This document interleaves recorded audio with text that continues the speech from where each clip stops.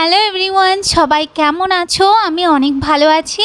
আর সৌমিস কিচেনে সবাইকে অনেক স্বাগত। আজকে আমার রেসিপি হলো দোকানের পরোটার তরকারি।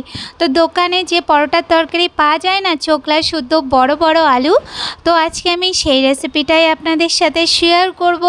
আশা করছি আপনাদের সবার খুবই ভালো লাগবে। তো দেখুন, প্রথমে আমি এখানে নিয়ে নিয়েছি বড় সাইজের 4টে আলু, আর আলুগুলোকে আমি ধুয়ে নিয়েছি। এরপর আমি আলুগুলোকে একটু কেটে নেব। তো প্রথমে মাঝ বরাবর একটা কাট লাগিয়ে দিয়ে এরপর আমি আরেকটা কাট লাগিয়ে নেব। তো দেখুন, এই যে ঠিক এই রকমভাবেই বড় বড় সাইজের করে কিন্তু কেটে নিতে হবে। যদি বড় সাইজের আলু না থাকে তাহলে মিডিয়াম সাইজের আলুকে কিন্তু হাফ করে কেটে নেবেন, দুফাল্লি করে।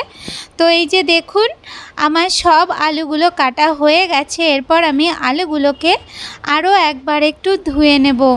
আলুগুলো ধুয়ে নিয়ে এরপরে আমি এখানে গ্যাসের উপরে বসিয়ে দিয়েছি প্রেসার কুকারটা বসিয়ে দিয়ে এরপরে আমি ওর মধ্যে দিয়ে দিচ্ছি একটু সর্ষের তেল। এখানে কিন্তু সর্ষের তেলেই রান্না করতে হবে, তাহলে ওর স্মেলটাও সুন্দর হবে আর টেস্টটাও ভালো লাগবে। এরপর আমি ওর মধ্যে দিয়ে দিয়েছি 2টো তেজপাতা আর দিয়ে দিয়েছি গোটা গরম মশলা। এরপর আমি ওর মধ্যে দিয়ে দিচ্ছি এখানে 8-10টার মতন আমি রসুনের কোয়া দিয়ে দিয়েছি। আর এখানে আমি দিয়ে দিয়েছি বেশ কিছুটা পেঁয়াজ। এখানে কিন্তু আমি খুবই বড় সাইজের 4টে পেঁয়াজ ভালো করে কুচি করে নিয়েছি, সেটা দিয়ে দিয়েছি। এরপর হালকা একটু নাড়িয়ে দিয়ে আমি ওর মধ্যে দিয়ে দিয়েছি 1 চামচের মতন আদা, আর আদাটাকে আমি কিন্তু ঘষে নিয়েছি।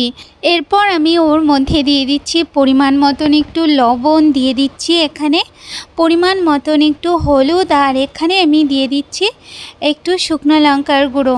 এরপর আমি হালকা একটু নাড়িয়ে চাড়িয়ে নেব। আর এই সময় কিন্তু আমি গ্যাসটাকে একদম কম করে রেখেছি।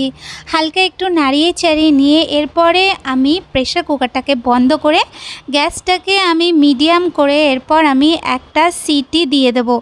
তো একটা সিটি লাগানোর পর এরপর আমি গ্যাসটাকে বন্ধ করে ঠান্ডা হতে দেব। তো যখন ঠান্ডা হয়ে যাবে তখন আমি কুকারটাকে খুলে নেব। তো দেখুন, এখানে আমাদের মশলাটা একদম সুন্দরভাবে কষানো হয়ে গেছে। এরপর আমি ওর মধ্যে দিয়ে দেব কিছু মশলা। তো এখানে আমি দিয়ে দিচ্ছি 1/2 চামচের মতন মৌরি, আর এখানে আমি দিয়ে দিচ্ছি 1/2 চামচের মতন একটু কাশ্মীরি লঙ্কার গুঁড়ো, আর এখানে আমি দিয়ে দিচ্ছি 1 চামচের মতন একটু ধনে গুঁড়ো, আর এখানে দিয়ে দিচ্ছি 1 চামচের মতন ভাজা জিরের গুঁড়ো। আর এরপরে আমি দিয়ে দিচ্ছি এখানে 2টো গোটা রসুনটা দিয়ে এরপরে আমি ওর মধ্যে দিয়ে দেব আলুগুলো দিয়ে এরপরে আমি ওর মধ্যে দিয়ে দিচ্ছি সামান্য একটু লবণ। তো এখানে কিন্তু আপনারা লবণ বুঝেই দেবেন, কেননা প্রথমে আমি মশলার মধ্যে লবণ দিয়ে কষিয়েছিলাম। এরপরে আমি আবার একটু লবণ দিয়ে দিচ্ছি। লবণটা দিয়ে এরপর আমি আলুটাকে ভালো করে একটু 2 থেকে 3 মিনিটের মতন একটু নাড়িয়ে চাড়িয়ে নেব।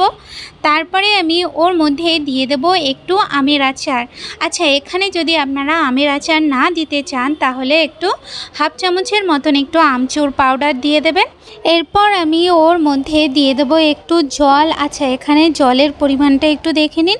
এখানে কিন্তু আলুগুলো ডুবে যাবে না, মানে আলুগুলো সমান সমান একটু জল দিতে হবে। এই যে দেখুন, জলটা দেখলেই বুঝতে পারবেন যে কতটা জল দিয়েছি।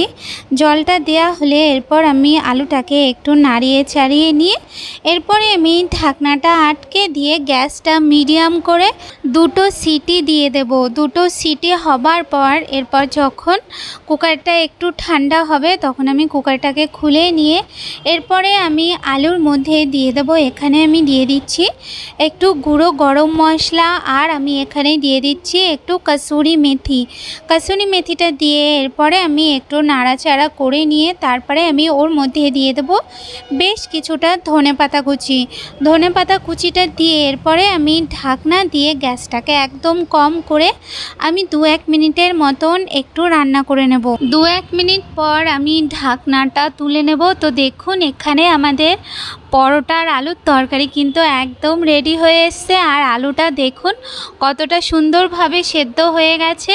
তো রেসিপিটা কিন্তু আপনারা অবশ্যই বাড়িতে ট্রাই করবেন। আর যখন গেস্ট আসবে তখনও কিন্তু আপনারা এইভাবে বানিয়ে নিতে পারেন সকালে ব্রেকফাস্টের জন্য। রেসিপিটা ভালো লাগলে অবশ্যই একটা লাইক আর কমেন্ট করে আমাকে জানাতে ভুলবেন না। সবাই ভালো থাকবেন, সুস্থ থাকবেন। দেখা হচ্ছে নতুন রেসিপির সাথে। ধন্যবাদ।